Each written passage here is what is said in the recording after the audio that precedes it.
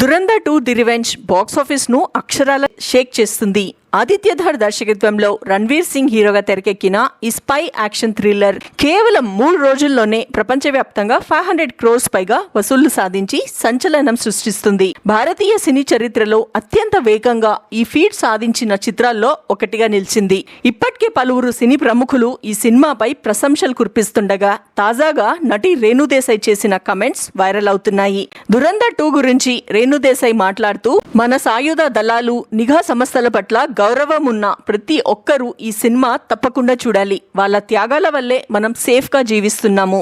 దేశం గురించి తక్కువగా మాట్లాడే వాళ్ళైతే దురంధర్ 1 and 2 తప్పకుండా చూడాలి అంటూ ఇన్స్టాలో పోస్ట్ చేశారు.